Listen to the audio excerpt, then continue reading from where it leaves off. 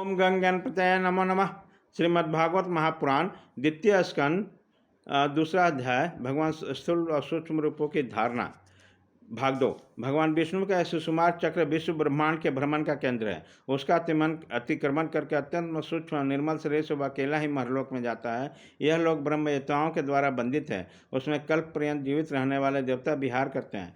फिर जब प्रलय का समय आता है तब नीचे के लोगों के शेष के मुख से निकली हुई आग के द्वारा भस्म होते देख वो ब्रह्मलोक में चला जाता है। जिस ब्रह्मलोक में बड़े बड़े सिद्धेश्वर विमानों पर निवास करते हैं, उस ब्रह्मलोक की आयु ब्रह्मा की आयु के समान ही 2 प्रात की है। वहाँ न शोक है, न दुख, न बुढ़ापा है, न मृत्यु।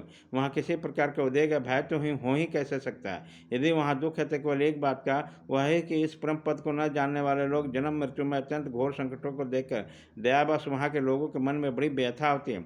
सत्य लोक में पहुँचने के पश्चात वह जोगी निर्भय होकर अपने सूक्ष्म शरीर को पृथ्वी में मिला देता है। फिर तावली न करके उन 7 आवरणों का भेदन करता है। पृथ्वी रूप से जल और जल रूप में अग्नि में आवरण को प्राप्त होकर ज्योति रूप से वायु रूप में वह आवरण आ जाता है। वहाँ से समय के ब्रह्म का अनंतता का बोध कराने वाले आकाश रूप आवरण के प्राप्त करता है। इसी प्रकार स्थूल आवरणों को पार करते समय इंद्रियां भी अपने सूक्ष्म अधिष्ठान में लीन हो जाती हैं। घारानंदिद्या गंधत्व मात्रा में, रसना रसंत मात्रा में, नेत्र रूप तन मात्रा में, त्वचा स्पर्श मात्रा में, स्रोत शब्द तन मात्रा में, कर्मेंद्रिय अपने क्रिया शक्ति में मिल कर अपने अपने सूक्ष्म स्वरूप में प्राप्त हो जाते हैं।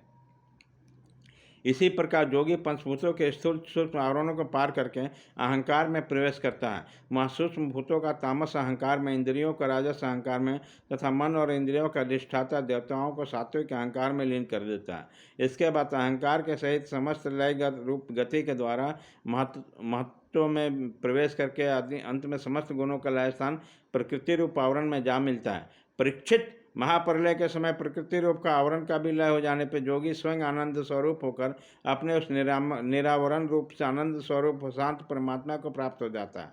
जिसे उस भगनमयी गति की प्राप्ति होती है, उसे फिर इस संसार में नहीं आना पड़ता।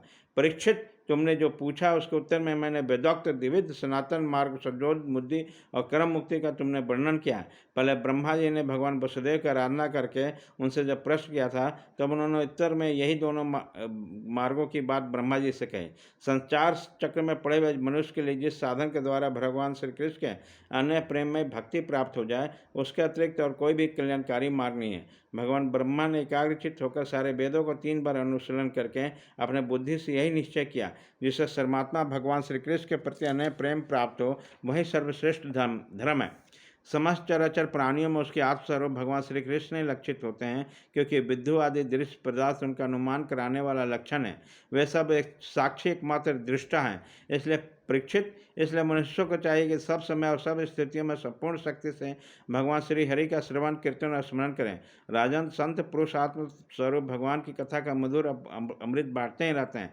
जो अपने कानों को दोनों में भर भर कर उसका पान करते हैं, उनके हृदय से विषयों का विषैला प्रभाव जाता रहता है, वह शुद्ध हो जाता है और भगवान श्री कृष्ण के चरण कमलों की संधित प्राप्त कर लेते हैं। इति श्रीमद्भागवते महापुराणे परमहंस सहितांग द्वितीय स्कंदा पुरुष संस्थान वर्णन नामो द्वितीय अध्याय।